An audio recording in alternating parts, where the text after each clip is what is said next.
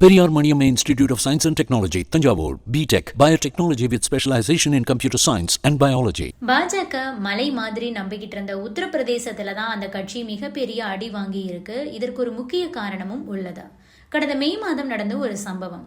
உத்தரப்பிரதேசத்துல முன்னாள் முதல்வர் அகிலேஷ் யாதவ் சென்ற கோவில பாஜகவினர் கங்கை நீரால சுத்தம் செய்த சம்பவம் அப்போது அரங்கேறுச்சு. உத்தரப்பிரதேசத்தோட முன்னாள் முதல்வரும் சமாஜ்வாடி கட்சி தலைவருமான அகிலேஷ் யாதவ் கன்னூஜ் மக்களவை தொகுதியில வேட்பாளரா களமிறங்கினாரு. இந்த தொகுதியில மே 13ஆம் தேதி தேர்தல் நடந்தது. இந்த நிலையில தான் அவர் பிரச்சாரத்தை தொடங்குறதுக்கு முன்பாக கடந்த மே 6ஆம் தேதி சித்தாபீத் பாபா கௌரி சங்கர் மகாதேவ் மந்திருக்கு போயிட்டு பிரார்த்தனை செய்தாரு.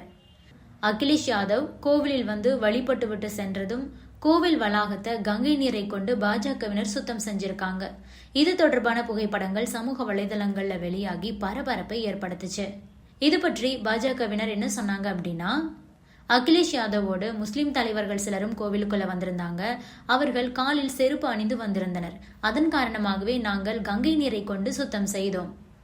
அகிலேஷ் யாதவின் வருகைக்கு எந்த ஆட்சேபனையும் இல்லை. கோவிலுக்குள் செருப்பு அணிந்து வந்ததும் எச்சில் துப்பியதும் தான் பிரச்சனை.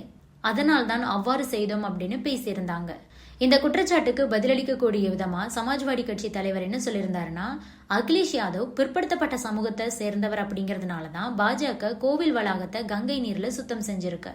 இதற்கு முன்பாக லக்னோவில் முதல்வர் இல்லத்தையும் பாஜகவினர் கங்கை நீரால கழுவுனாங்க. பிற்படுத்தப்பட்டவர்கள் பட்டியலின வகுப்பினர் கோவிலில் வழிபாடு செய்ய உரிமை இல்லை அப்படின்னுட்டு பாஜக நினைக்கிறாங்க. எனவே இந்த தேர்தலில் அவர்கள் அனைவரும் இணைந்து பாஜகவை வெளியேற்றுவார்கள் அப்படின்னு சொல்லிட்டு அப்போதே பதில் கொடுத்திருந்தாரு. அதற்கேற்ற மாதிரி தான் தற்போது நடந்தும் இருக்கு. 80 தொகுதிகளை கொண்டது உத்தரப்பிரதேச மாநிலம். உத்தரப்பிரதேசத்துல 2014ஆம் ஆண்டுல 71 இடங்களையும் 2019ல் 62 இடங்களையும் கைப்பற்றியது பாஜக. இந்த முறை 80க்கு 80 இடங்களை கைப்பற்றியே தீர்வோம் அப்படின்னுட்டு சொன்னாங்க அந்த கட்சி தலைவர்கள். ஆனால் தேர்தல் முடிவுகளோ தலைகீழாக அமைஞ்சிடுச்சு. உத்தரப்பிரதேசத்துல அகிலேஷ் யாதவோட சமாஜ்வாடி கட்சி 37 இடங்களையும் பாஜக 33 இடங்களையும் கைப்பற்றியது. காங்கிரஸ் 6 தொகுதிகளை கைப்பற்றியது. உத்தரப்பிரதேசத்துல சரிபாதிக்கும் அதிகமான இடங்களை பாஜக கைப்பற்ற முடியாம தக்க வைக்க முடியாம அங்கு பெரும் தோல்வியை சந்திச்சிருக்கு. 2022ஆம் ஆண்டு உத்தரப்பிரதேச சட்டசபை தேர்தலில் 40%க்கும் அதிகமான வாக்குகளை பெற்றது பாஜக.